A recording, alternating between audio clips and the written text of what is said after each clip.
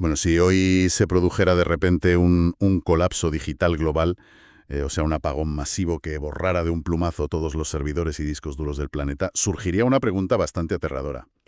Ya te digo, el caos absoluto.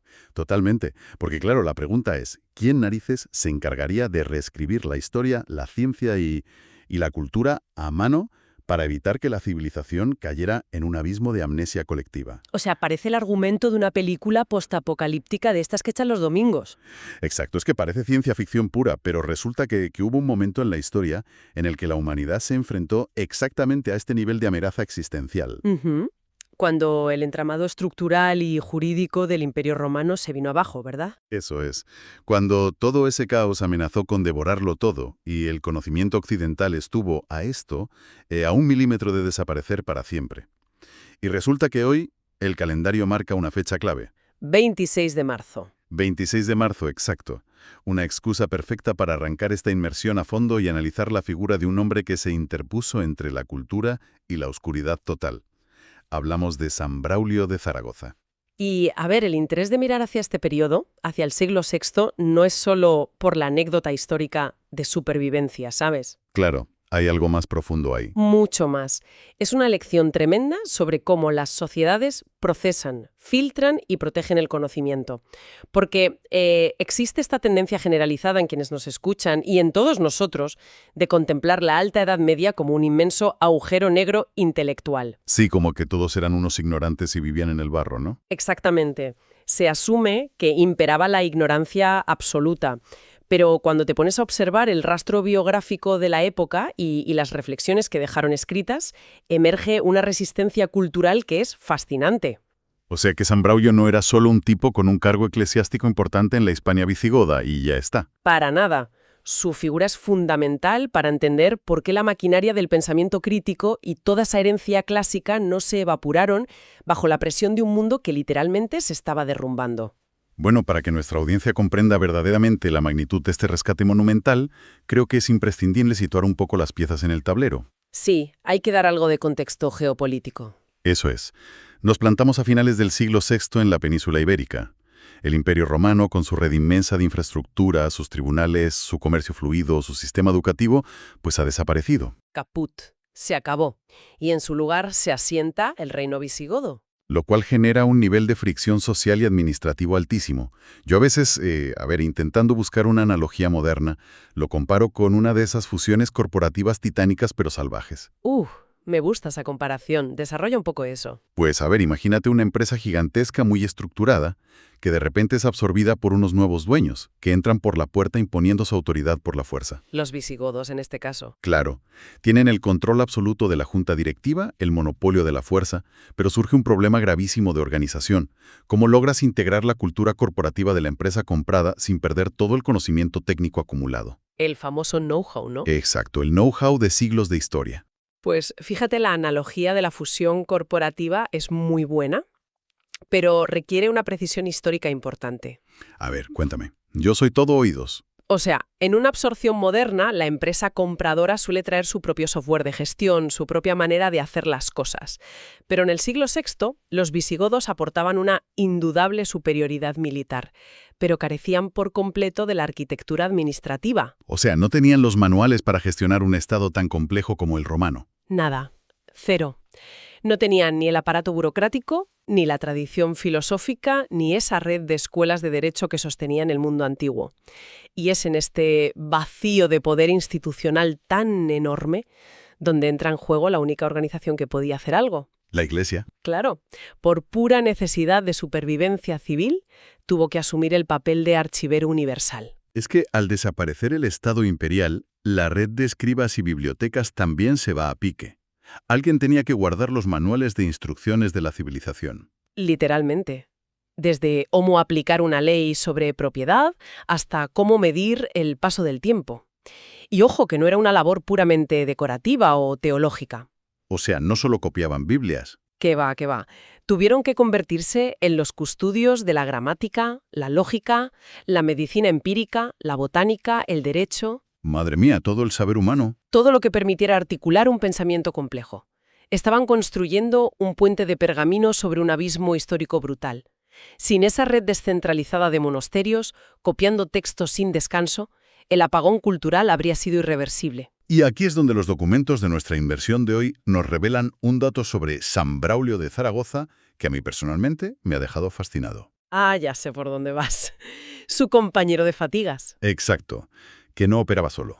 Braulio formaba parte de un engranaje mucho mayor, colaborando codo con la mente más brillante de su tiempo, San Isidoro de Sevilla. Isidoro, Estela. O sea, representa la mente enciclopédica por antonomasia de esa época. Su proyecto de las etimologías era intentar compendiar todo el saber humano conocido. O sea, hacer un diccionario de todo el universo. Más que un diccionario, era anclar el significado profundo de las palabras. Él pensaba que si se perdía la definición de un concepto, se perdía la realidad de ese concepto en el mundo. De locos. Y claro, una empresa sí necesita un buen equipo detrás. Exacto. Necesitas un editor riguroso, un crítico y un gestor logístico. Y Braulio fue ese contrapeso indispensable. Si seguimos con las analogías tecnológicas, esto es como el primer gran servidor en la nube de la antigüedad. Tal cual, Isidoro era como el algoritmo de rastreo, ¿verdad? Eso es, el recolector de datos. Compilaba toda la info de Iglesia, Roma y la tradición cristiana. Pero claro, acumular millones de datos no sirve de nada si el servidor se cae. Y ahí Braulio asume el papel de administrador de sistemas y protocolo de ciberseguridad. Me encanta esa visión porque el mecanismo era muy rústico, pero implacable. No bastaba con que Isidoro escribiera un manuscrito maestro en Sevilla. Porque si hay un incendio en Sevilla, adiós a la cultura occidental. Exactamente. Todo el conocimiento a la basura. Así que Braulio revisaba los inmensos borradores de Isidoro, corregía errores lógicos, los dividía en capítulos para que fueran manejables y organizaba la red de copias de seguridad. Pero claro, hagamos una pausa aquí porque cuando decimos copias de seguridad, hoy en día pensamos en un clic y una barrita de progreso. Ya. Ojalá hubiera sido así. O sea, la realidad física de esto en la época visigoda era una locura de recursos. Era un consumo casi inimaginable. Piensa que producir un solo volumen enciclopédico requería el sacrificio de rebaños enteros de ganado. Rebaños enteros solo para las páginas de un libro. Sí, porque necesitaban la piel para hacer el pergamino. Y esa piel había que curarla, estirarla, tensarla y rasparla a mano. Luego las tintas se hacían con minerales y hollín. Y los copistas ahí dejándose la vista. Horas y horas bajo una luz natural pésima, copiando letra por letra.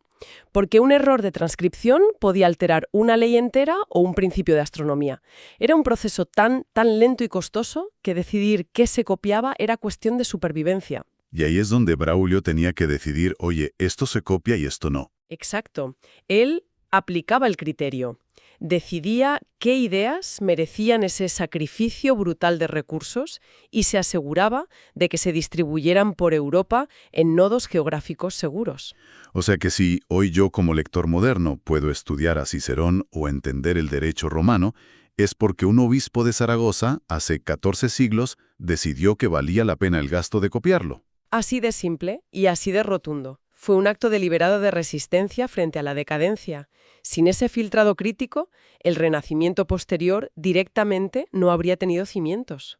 Ahora bien, yo leyendo estas fuentes me surge una duda, una especie de contradicción. A ver, Braulio y su gente eran altos cargos eclesiásticos. Su prioridad era expandir la fe cristiana, ¿no? Sí, indudablemente. Entonces, ¿por qué narices invierten recursos tan escasos en preservar a Platón o las técnicas de persuasión romanas que eran de una tradición pagana? O sea, lo lógico desde un dogma estricto habría sido copiar solo Biblias y textos teológicos y olvidarse del resto. Esa es la gran pregunta. Y la respuesta desmonta por completo el mito que tenemos hoy de que la fe y la razón siempre han estado en guerra. A ver, desarrolla eso. Pues que en la cabeza de Braulio no había ningún conflicto entre el intelecto y sus creencias. Ellos pensaban que el universo entero era una creación con un orden racional profundo, un logos. Vale, o sea que Dios creó un universo lógico. Exacto. Por tanto, usar tu intelecto al máximo para entender las matemáticas o estructurar argumentos lógicos era la mejor forma de honrar la inteligencia que había diseñado ese universo. O sea que ser un ignorante no era signos de pureza espiritual, sino más bien una debilidad. Totalmente inaceptable, además. Ellos sabían que si una creencia no se somete a la razón, se degrada rapidísimo hacia la superstición. Claro, y la superstición nace de no entender cómo funciona el mundo. Eso es, de adoptar rituales vacíos por miedo irracional. Para debatir y estructurar la sociedad necesitaban el arsenal intelectual de los griegos y romanos. Necesitaban la retórica, la dialéctica, la lógica aristotélica. Para no caer en razonamientos falaces. Conservar a los clásicos era conservar el motor del pensamiento. Muy bien dicho, sí. Y fíjate que revisando las fuentes hay 3 verbos que definen la filosofía de Braulio y que me parecen súper exigentes. Dice que su visión se basaba en comprender, profundizar y transmitir. Esa tríada es fundamental. No hay pasividad intelectual ahí. Para nada. Ninguno invita a tragarse las cosas sin masticar. Y el orden no es casual, ¿eh? Primero, comprender. Exige enfrentarse a un texto difícil y decodificarlo. Luego, profundizar, que es activar el pensamiento crítico, buscar contradicciones, hacer conexiones, el trabajo duro, vaya. Y solo cuando has sudado tinta con esos 2, te permiten el tercero, que es transmitir. Exactamente. Porque si intentas educar o divulgar sin haber comprendido y profundizado antes, no estás educando, solo estás propagando ruido. Qué bofetada de realidad para nuestra época, ¿eh? Que exigieran tanto rigor en un siglo lleno de hambrunas y violencia demuestra un optimismo brutal en la capacidad de la mente humana. Sí, y además establece un puente irónico con lo que nos pasa hoy en día. Totalmente. Porque en la Alta Edad Media, el problema era la escasez de información. Un libro era un lujo extremo. Y hoy, en el siglo XXI, estamos en el extremo opuesto. Navegamos en un océano de datos inabarcable. A la de la ignorancia absoluta. Es que es eso, el famoso doom scrolling, estar deslizando el dedo por la pantalla viendo titulares inconexos creyendo que nos estamos informando. Pero tener acceso universal a toda la base de datos de la humanidad no te inyecta conocimiento en el cerebro. Acumulamos cifras y leemos titulares fugaces, pero es información en bruto. Sin contexto histórico, es estéril. Yo lo veo como tener todas las piezas mecánicas y los tornillos de un motor de avión tirados por el suelo de un garaje. Buena imagen. Claro, por muchas piezas que tengas, si no sabes cómo ensamblarlas, ese avión no va a despegar en la vida. Es que esa es la diferencia clave entre información y sabiduría, que es el núcleo de lo que nos enseña la historia de Braulio. Hay una jerarquía clarísima. Abajo del todo, los datos puros. Exacto. Los organizas y tienes información. Comprendes cómo funcionan y alcanzas el conocimiento. Pero en la cúspide, la cima absoluta es la sabiduría. Y la sabiduría exige discernimiento. ¿Qué es lo que hacía Braulio? Filtrar el ruido, identificar patrones y darle a todo eso un sentido aplicable a la vida humana.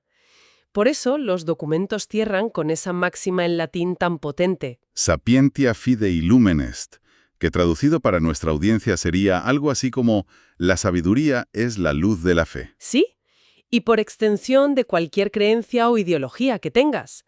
Sin esa luz de la sabiduría crítica, cualquier sistema de valores se vuelve ciego y opresivo. El intelecto nunca fue el enemigo, es el mecanismo de defensa contra la degeneración del pensamiento. Es una lección tremenda, la verdad. Imaginar a este hombre rodeado del colapso político, sentándose con calma a corregir manuales de lógica, porque sabía que sin un lenguaje preciso la civilización se va al garete. Ese es su gran legado. Trazaron una línea de vida para que el conocimiento cruzara el desierto de los siglos. Y nos dejan una pregunta súper provocadora para hoy. A ver, dispárame. Si ellos tuvieron que decidir a vida o muerte qué textos salvar a mano del colapso, ¿qué narices estamos haciendo nosotros hoy con nuestra nube infinita de datos? Claro, como tenemos almacenamiento infinito, no sentimos la obligación de seleccionar nada.